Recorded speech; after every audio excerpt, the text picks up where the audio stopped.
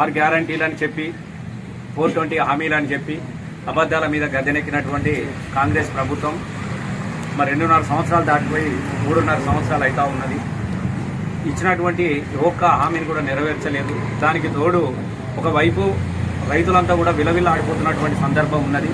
బెజ్జంకి మండలము పూర్తిగా నిరాదరణ గురై అభివృద్ధికి ఆమడ దూరంలో ఉన్నటువంటి ఈ పరిస్థితులలో ఖచ్చితంగా ప్రజల పక్షాన తెలంగాణ రాష్ట్రం కావాలని కొట్లాడింది ఆ రోజు బీఆర్ఎస్ పార్టీ కేసీఆర్ గారి నాయకత్వంలోనే.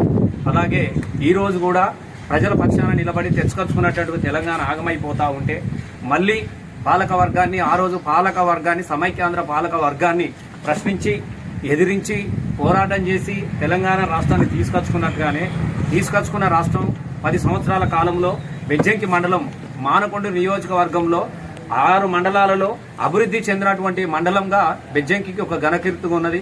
మరి ఇప్పుడున్నటువంటి పరిస్థితుల్లో ఈ బెజ్జంకి మండలం పూర్తిగా నిరాదరణ గురవుతున్నటువంటి సందర్భంలో ప్రజల పక్షాన కొట్లాడి ప్రజలకు అందుబాటులో ఉండాలి. నిరంతరము ప్రజలు కూడా తన సమస్యను చెప్పుకోవడానికి కోసము ఒక వేదికగా నిలబడాలి అని ప్రజల పక్షాన ఉండాలన్నటువంటి ఉద్దేశంతో, మళ్ళీ కార్యకర్తలు కూడా అందుబాటులో ఉండాలన్నటువంటి ఉద్దేశంతో నేను ఇక్కడనే గుండారంలో ఉన్నప్పటికీ కూడా మండలం కేంద్రంలోనే ప్రతిరోజు అందుబాటులో ఉండాలన్నటువంటి ఉద్దేశంతో మరి మండల కార్యాలయాన్ని ఇక్కడ మనం ఏర్పాటు చేసుకోవడం జరిగినది. తప్పకుండా బీఆర్ఎస్ కుటుంబ సభ్యులు ప్రతి గ్రామ సమస్యను ఇక్కడికి వచ్చి మనం చర్చించుకోవచ్చు. అట్లాగే భవిష్యత్ ప్రణాళిక రేపటి పొద్దుగాల పార్టీ మెంబర్షిప్ కానీ మిగతాయి కానీ అన్ని కానీ ఇందాక మైపాలని చెప్పినట్టు అన్ని చేసుకోవడానికి ఒక వేదికగా ఉండాలన్నటువంటి ఉద్దేశంతో దీన్ని అందుబాటులోకి తీసుకురావడం జరిగినది. మీరందరూ కూడా ఎంతో సంతోషంతో, చాలా సంతోషంతో ఇలా మన గృహప్రవేశం, మన ఇంట్లో సొంత ఇంటి గృహప్రవేశం అయితే ఎంత ఆనందంగా ఉంటుందో ఇవాళ మన పార్టీ కార్యాలయం కూడా అంత ఉత్సాహంగా అంత ఆనందంగా మధ్యన జరిపించుకున్నందుకు మీ అందరూ కూడా హృదయపూర్వకంగా నేను ధన్యవాదాలు. ముఖ్యంగా ఇవాళ ప్రజల పక్షాన రైతుల పక్షాన మనమంతా వెళ్ళి చూడడం జరిగినది. ముఖ్యంగా బెజ్జంకి మండలంలో ఒక దీన పరిస్థితి నడుస్తూ ఉన్నది. అప్పుడు మనం అందరం కూడా ఇప్పుడు నిన్న రాత్రి అకాల వర్షాలతోని అతలాకుతలమైనటువంటి రైతులను పరికరిస్తే మొక్కజొన్న రైతుల దగ్గరికి పోయినా, వరి రైతుల దగ్గరికి పోయినా, వరి పండించిన రైతుల దగ్గరికి పోయినా, పొద్దుతిరుగుడు రైతుల దగ్గరికి పోయినా ఎవరి రాళ్ల కింద నీళ్లు కనబడుతున్నట్టుగానే ఇలా కళ్ళల్లో నీళ్లు కూడా వాళ్ళ కళ్ళల్లో మనం నీళ్ళని చూసినాం. వాళ్ళందరూ కూడా వాళ్ళే చెప్తా ఉన్నారు, పంట పండించడానికి సంతోషం కన్నా ఈ అమ్ముకోవడానికి చచ్చిపోతున్నాం సార్ మేము అని చెప్తా ఉన్నారు. పంట వండకపోతే చచ్చిపోయేటోళ్ళు ఇలా పంట వండితే కూడా చచ్చిపోతున్నాం సార్ అని చెప్పేసి ఇలా రైతులు బోరున విలిపించినటువంటి పరిస్థితి విలేకరుల సాక్షిగా మనం అందరం కూడా మనం చూసాం. వాస్తవంగా బెజ్జంకి మండలంలో వాళ్ళే చెప్తా ఉన్నది, మనం రాజకీయాలు మాట్లాడట్లేదు సార్, మేము ఎప్పుడు కూడా ఈ గోస చూడలేదు సార్. 10 ఏళ్ల కాలంలో ఇట్లా పోయినామంటే ఇట్లా అమ్ముకొని చేతిలో పైసలు పట్టుకొని మేము ఇంటికి పోయేసరికి ఇక్కడ అమ్ముకొని డాక్టర్ ఎక్కించి ఇంటికి పోయేసరికి పైసలు వస్తున్నారు బ్యాంకులలో. అంత సంతోషంగా బతికిన వాళ్ళం మేము.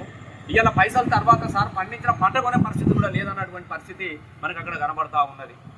మరి 3 నెలలు అవుతా ఉన్నది.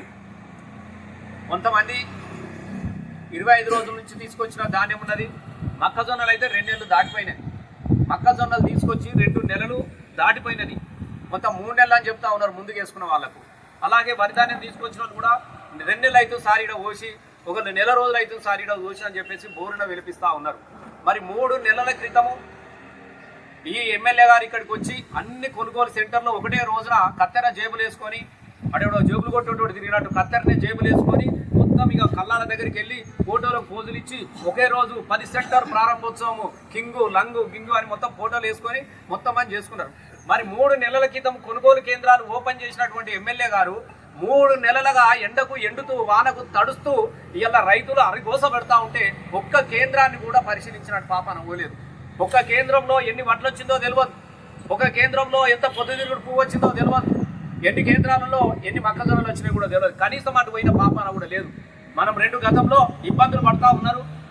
ఇలా పొద్దుతిరుగుడు సన్ఫ్లవర్ కొంటలేరని చెప్పేసి మనమే ఒక రోజు పోయినాం. మొక్కజొన్నలు 26 క్వింటాలే కొంటున్నారు, 45 క్వింటాలు వచ్చినది, ఎడుగొనాలని చెప్తే ఇంతకుముందు మనమే ఒక రోజు కూడా పరిశీలించి వచ్చినాం. కానీ మనము పోయి అడిగి వచ్చినా, రైతులు ధర్నా చేసినా, రైతులు కూతులు పెడతా ఉన్నా, శాపనార్థాలు పెడతా ఉన్నా కూడా దున్నపోతు మీద వానబడ్డట్టు అయిపోయింది ఈ ప్రాంత ఎమ్మెల్యే గారికి. మేము ఒకటి అడుగుతా ఉంటున్నాం, మేము దయచేసి ఇది నీకు బాధ్యత లేదా అని అడుగుతా ఉన్నాం. బాధ్యత లేకపోతే మనం ఎందుకు కొనుగోలు కేంద్రాన్ని ప్రారంభించడం అని మేము అడుగుతా ఉన్నాం. ఇలా రైతులు చెప్తా ఉన్నారు, సార్ ఇనాగ్రేషన్ చేస్తే ఒంటరేమని తీసుకొచ్చినాం సార్, లేకుంటే అగ్గోకో సగ్గోకో బయట మేము అమ్ముకుంటుంటాం కదా సార్. ఇది ఎందుకు పెట్టారు సార్? ఇది పెట్టిందనే కదా మేము వచ్చినాము.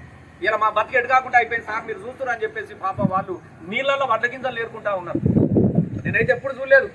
పరిగేరుకుంటున్నట్టుగా నీళ్ళల్లో వడ్ల గింజలు ఏరుకుంటా ఉన్నారు, నీళ్ళలో మొక్కజొన్నలు ఏరుకుంటా ఉన్నారు, నీళ్ళలో పొద్దుతిరుగుడు వాళ్ళు కొట్టుకుపోయినటువంటి గింజలు ఏరుకుంటున్నటువంటి దృశ్యం అనేది నేను మొదటిసారిగా చూస్తూ ఉన్నాను. నేను చాలా విధానకరమైనటువంటి పరిస్థితులు ఉన్నాయి. మేము మొన్నటిసుంది కూడా చెప్తా ఉన్నాం, వెంటనే కొనుగోలు కేంద్రాలు స్పీడ్ పెంచాలి, బళ్ళని తీసుకురావాలి అని మేము చెప్తా ఉన్నాం. అది రోని కార్త వచ్చింది, సోయి ఉండదా? రోని కార్త వచ్చిందని అంటే సోయి ఉండాలి కదా. ఖచ్చితంగా వర్షాలు వస్తాయి, ఒకటో రెండో వర్షాలు ఖచ్చితంగా పడతాయి. ఈదురుగాలులు వచ్చినాయి, మొత్తం ఒక ఇళ్ళ రేకులే కొట్టుకుపోయినాయి, ఇళ్ళే కూలిపోయినాయి. ఈ వడ్ల ముచ్చటే ఉంటుంది, చెట్లు కూలిపోయినాయి, స్తంభాలు పడిపోయినాయి. మనం మన కల్లెపల్లిలో చూసినాం, ఊరంతా శ్మశానంగా అయిపోయింది ఒక్కటే దెబ్బకు. అంటే ఇంత అగాధం జరుగుతూ ఉన్నా, ఇంత ప్రకృతి విలేతాండం చేస్తూ ఉన్నా, కనీసం ఒక పరమార్చకొచ్చడం ఎవరు అనేటువంటి పరిస్థితి లేకపోవడం అనేది చాలా బాధాకరంగా మేము భావించుకుంటూ ఉంటున్నాం. మొదటి నుంచి కూడా సర్కారు రైతులను మోసం చేస్తూ ఉన్నది. ఆ రోజు గద్దెనెక్కదాకా 6 గ్యారంటీలలో కౌలు రైతుకి ఇస్తాం, మేము యజమానికి ఇస్తాము, 10,000 చేస్తాము అని చెప్పేసి ప్రగల్భాలు పడి సన్న వాళ్ళకి ఇస్తాము, దొడ్డు వాళ్ళకి ఇస్తాం, ఏదంటే అదే ఇస్తాం, ఫ్రీగా ట్రాక్టర్లు పెడతాం, ఫ్రీ లారీలో పెడతాం, మొత్తం ఇక రైతును మేము చూసుకొని ఎత్తి మీద పెట్టుకొని తిరుగుతామని చెప్పి ఇలా అబద్ధాలతో గద్దెనెక్కి ఇలా కనీసం పలకరించిన పాపన లేదు. ఎంత ఉదయదారకంగా ఉన్నది. వాళ్ళు మొక్కజొన్న రైతులను చూస్తూ ఉంటే దుఃఖం వస్తూ ఉన్నది. పాపం ఆయన ఏడుస్తూ ఉన్నాడు. సార్ నాకు 200 బస్తాలు వెళ్ళినాయి సార్, నేను బయట అమ్ముకుంటుంటే ఈ కొనుగోలు ఉన్నదిగా నేను వచ్చిన తర్వాత ఇవాళ వాళ్ళకు కొనుగోలు కేంద్రాలలో కనీసం ఎలాంటి సౌకర్యాలు లేవు.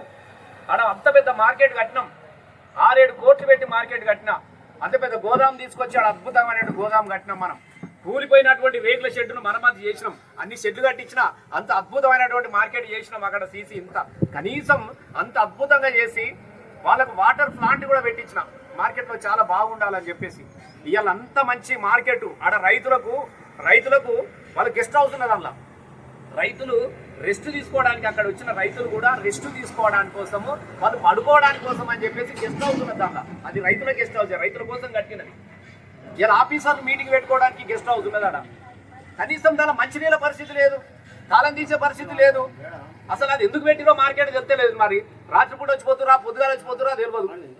అది కట్టిందే రైతుల కోసం, వాళ్ళ కష్ట సుఖాలలో ఉండాలా, వాళ్ళకి ఏమైనా అవసరాలు ఉంటాయి, చర్చ పెట్టాలి అని చెప్పేసి గతంలో మన మార్కెట్ కమిటీ చైర్మన్లు ఉన్నప్పుడు ఇలా పరిస్థితి లేదు. ఒక విచిత్రమైనటువంటి పరిస్థితి కనబడతా ఉన్నది. మార్కెట్లోకి పోతా ఉంటే మొత్తుకుంటా ఉన్నారు, గోసపడుతూ ఉన్నారు. సార్ బాత్రూమ్ పోదామంటే ఎటు పోవాలా సార్ అని చెప్తున్నారు. ఆడబిడ్డలు చాలా బాధపడతా ఉంటున్నారు. మొగోళ్ళు ఏడుస్తూ ఉన్నారు, కాళ్ళ నీళ్లు లేక. అరే